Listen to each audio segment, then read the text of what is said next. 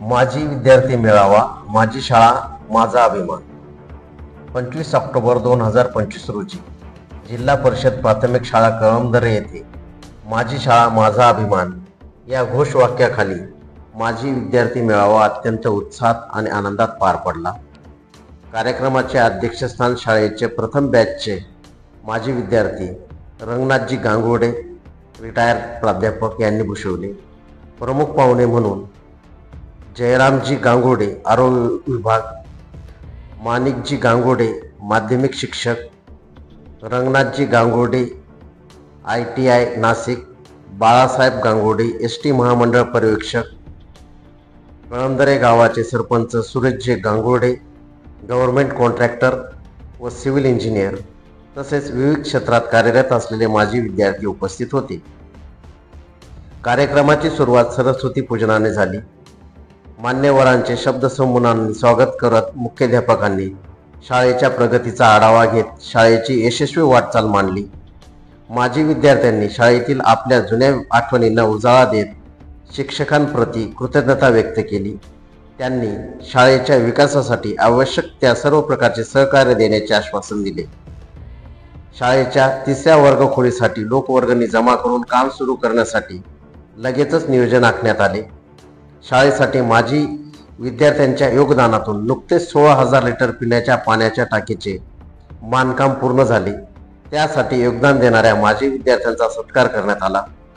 दरवर्षी शालेय विद्यार्थ्यांना आय कार्ड वाटप करणाऱ्या तसेच शाळेत विविध वस्तू स्वरूपाने रोख स्वरूपात योगदान देणाऱ्या सर्व माजी विद्यार्थ्यांचा सत्कार करण्यात आला। मेळाव्यादरम्यान परिसरात उत्साह, आनंद आणि माझी शाळा माझा अभिमान हा भाव सर्वत्र पसरला होता।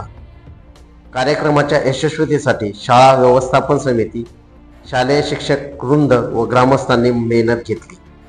24x7 न्यूज रिपोर्टसाठी गंगाधर वानखेडे, कळमदरे। जर सर्वांनी जर निधी उपलब्ध केला तर साधारणतः 80 लाख रुपये उपलब्ध होतील।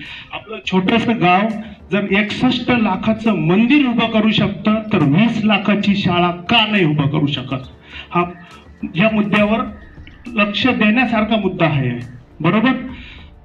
ते मंदिरात प्रत्येक दररोज सकाळी जाऊन देवाचे आशीर्वाद घेतो, ते पण एक मंदिर आहे आणि हे एक पण मंदिरच आहे। तर सर्वांनी जर लक्ष जर दिलं तर महाराष्ट्रात नाव निघेल आपल्या कळमदऱ्याचं की लोकवर्गणीतून शाळा बनली। नका सरकारने दिलंच पाहिजे असं काही घेणं देणं नाही। कोणाकडे पैसे नाही, 5-5 हजार रुपये प्रत्येक जण देऊ शकतं, का नाही देत? त्या गोष्टीकडे का दुर्लक्ष करतात सर्वजण?